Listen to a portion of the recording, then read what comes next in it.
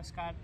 આજે આપણી સાથે જે મહેમાન ઉપસ્થિત છે વિશ્વમ પંચાલ, વિશ્વમભાઈ આપણને આજે ગીતા અને તેના ઉપર તત્વચિંતકોએ કરેલી ટીકા તેના વિશે જાણકારી આપશે. આપણે ઘણા એવા તત્વચિંતકો છે અથવા ઘણા એવા મહાપુરુષો છે જેમને ગીતા ઉપર ઘણું બધું લખેલું છે. આજે આપણે શરૂઆત કરીએ ગાંધીજીના અનાશક્તિ યોગ. ગાંધીજીએ જે પુસ્તક લખ્યું અનાશક્તિ યોગ એકદમ સરળ ભાષામાં છે, જે બધાને સમજાય. અને એમાં ગાંધીજી પોતાના જીવનનો આધ્યાત્મિક માર્ગદર્શક ગ્રંથ કહે છે ગીતાને. કોઈ પણ યોગ હોય, જેમ કે કર્મયોગ, ભક્તિ યોગ, જ્ઞાન યોગ, એ બધા યોગનો આ ગીતામાં જે સાર ગણે છે તો એ છે અનાસક્તિ.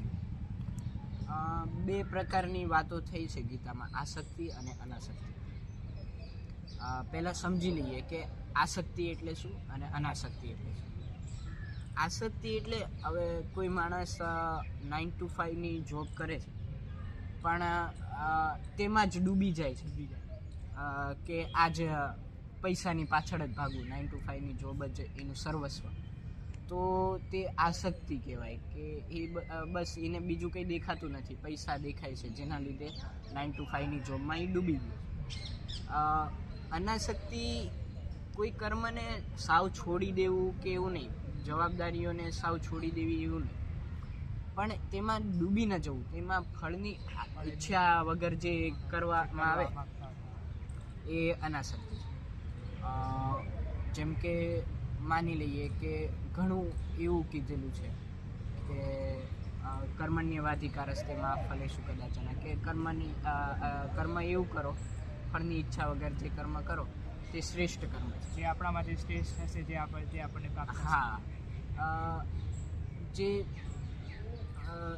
તમે ફળ ઈચ્છો છો, જો એને આધારે જ કર્મ કરશો તો તમે આસક્ત થઈને કર્મ કરશો, જેનાથી કંઈ તમને બીજું કંઈ પાસું દેખાશે નહીં, અથવા તમે આમ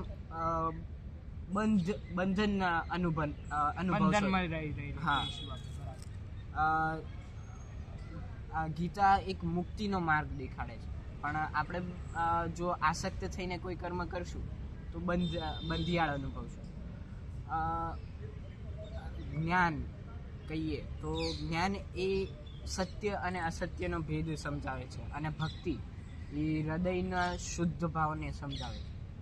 તો ગાંધીજીએ આ જે જ્ઞાન અને ભક્તિ રહી એનો પાયો પણ અનાસક્તિ કીધું છે. અનાસક્તિ જો પાયો હોય તો જ જ્ઞાન અને ભક્તિને સમન્વય કરી શકો.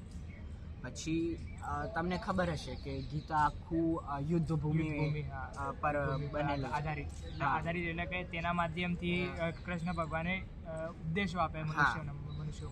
યુદ્ધ ભૂમિ જ આમ પૃષ્ઠભૂમિ છે. કુરુક્ષેત્ર.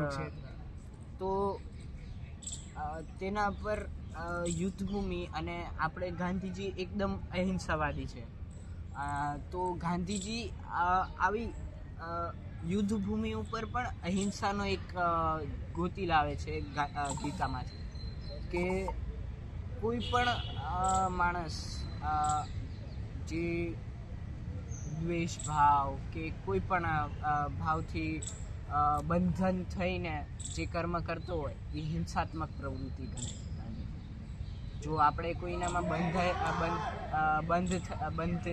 બંધન અનુભવીને જો કર્મ કરીએ આસક્ત થઈને, તો તે એકદમ હિંસાત્મક કહેવાય પ્રવૃત્તિ. તો ગાંધીજી અને વિનોબા ભાવે પણ કહે છે કે દ્વેષ ભાવ વગર જે કરેલું કર્તવ્ય છે એ અહિંસા કહેવાય. તો આ રીતના ઘણા તત્વચિંતકો છે, અરવિંદ ઘોષ, અને પછી સ્વામી વિવેકાનંદ, પછી ઓરોબિંદો, એવા ઘણા તત્વચિંતકો. લોકમાન્ય તિલક તો કહેતા કે સંન્યાસ એ કર્મથી ભાગવાનું એક સાધન છે. જે આજનું જે સંન્યાસ છે, એટલે અત્યારે જે સંન્યાસનો અર્થ, હા, એના ઉપર, હા, એ કર્મથી ભાગવાનું સાધન છે.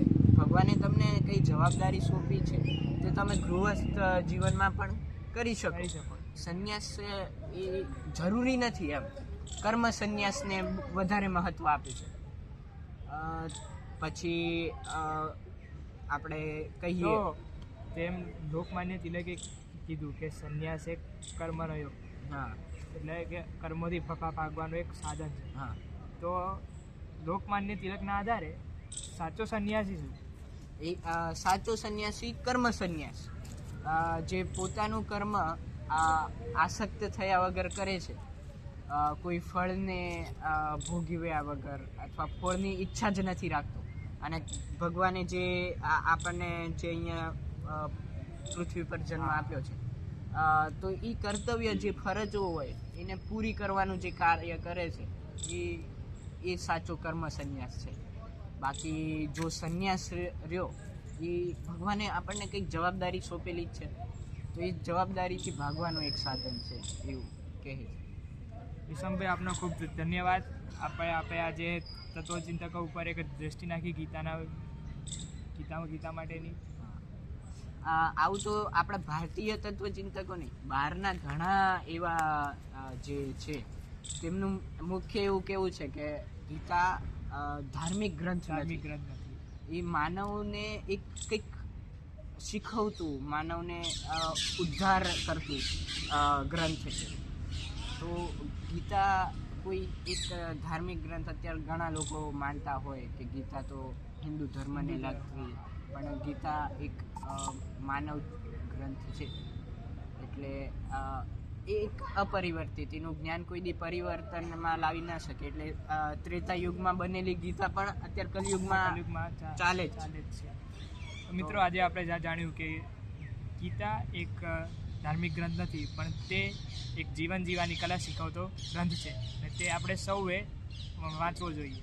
ધન્યવાદ.